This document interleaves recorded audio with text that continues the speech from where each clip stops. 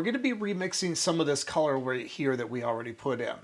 I'm going to start with, it doesn't really matter what color you start with. This is a very neutral color, but I'm going to start with cobalt blue. Once again, we're just using our same 4 colors: cobalt blue, Venetian, cadmium lemon, and white.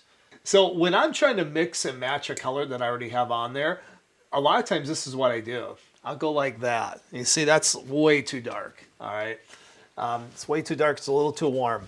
So got to go lighter. So I'm going to go with white first, because white is both going to lighten and cool at the same time.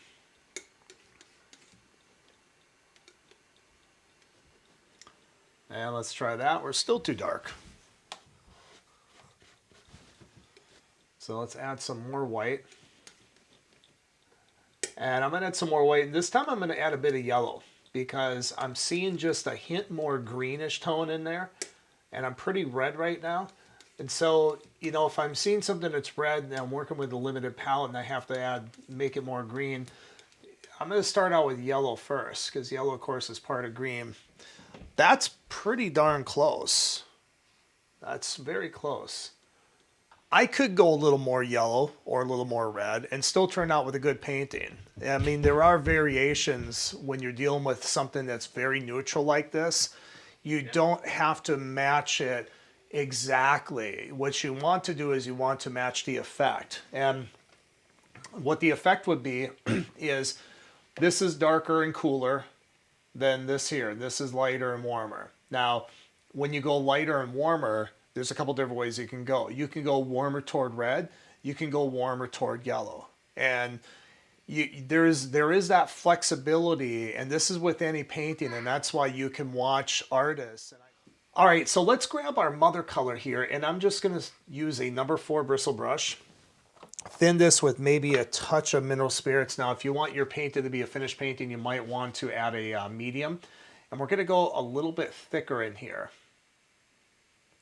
Now, when you start to put this down, if you put it on there and you're like, oh my goodness, that looks too cool or something like that. All right, let's say I want to make it a little warmer.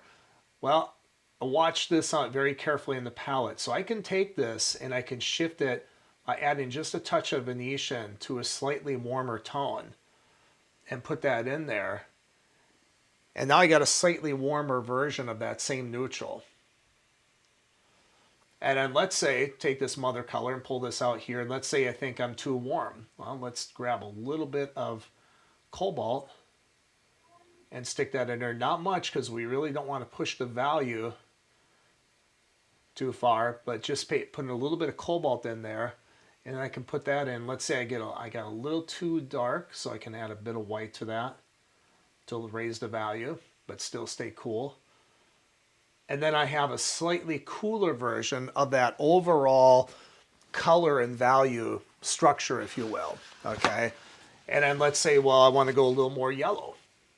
So I'm going to take this mother color and I'm going to add a bit of cadmium lemon, a bit more cadmium lemon to it. And really, it might be a little hard to see, but you can kind of see when I do this. Notice how I have a red, a bluish tone, and a yellowish tone all within this family here. And I can intermix those within here and give my elk an interesting, subtle variation of tone and color, all while staying within this family. Very subtle shifts in color, okay? And that's what can make things interesting in your painting.